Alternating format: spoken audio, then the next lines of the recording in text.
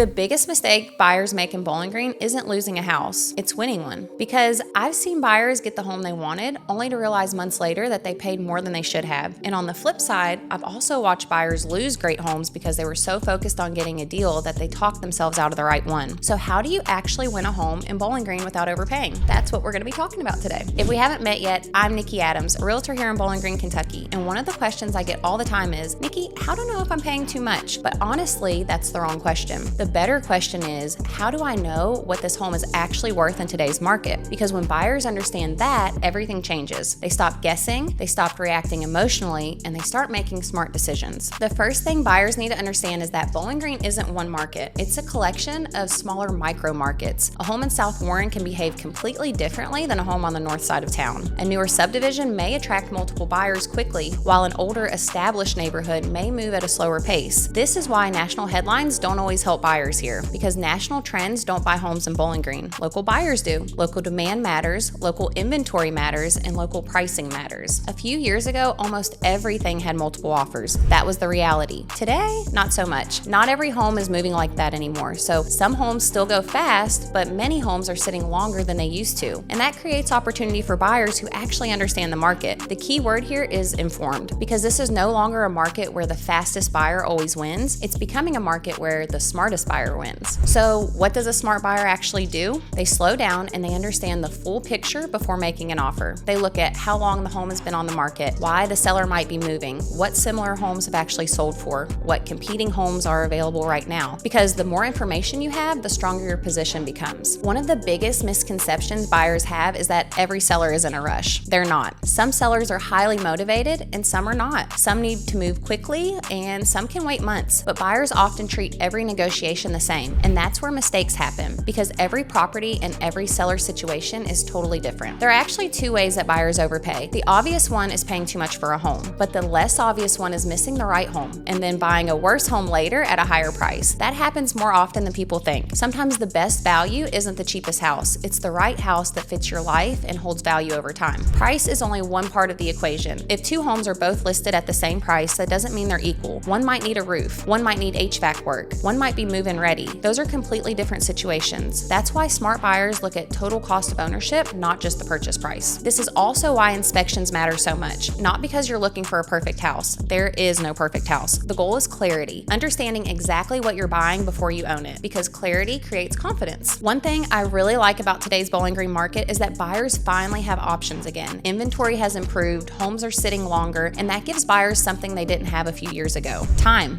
to evaluate, time to compare, time to negotiate intelligently, and that's powerful. But here's the part that many buyers miss. Not every home is a negotiation opportunity. If the home is priced correctly and it shows well and it's in a highly desirable area, you may not have much leverage, and waiting too long can cost you the home entirely. So strategy matters. The buyers getting the best deals in Bowling Green right now aren't necessarily making the lowest offers. They're making the smartest offers. And there's a big difference. Smart buyers look at the full picture, the price, the condition, the location, the competition, the seller motivation, future resale value, market timing. When you understand all of that, you stop guessing, and when you stop guessing, you start winning. At the end of the day, winning a home without overpaying isn't about being aggressive. It's not about beating the seller. It's not about some secret negotiation tactic. It's about having the right information, because the more you understand the home, the market, and the situation, the better your decisions become. And the better your decisions become, the better your outcome will be years from now. If you're thinking about buying a home in Bowling Green and want help understanding value, negotiating the right way, and avoiding costly mistakes, I would love to help. Reach out anytime. And if you want more videos about buying, selling, or living in Bowling Green, make sure to subscribe. I post new content every week. I'll see you in the next one.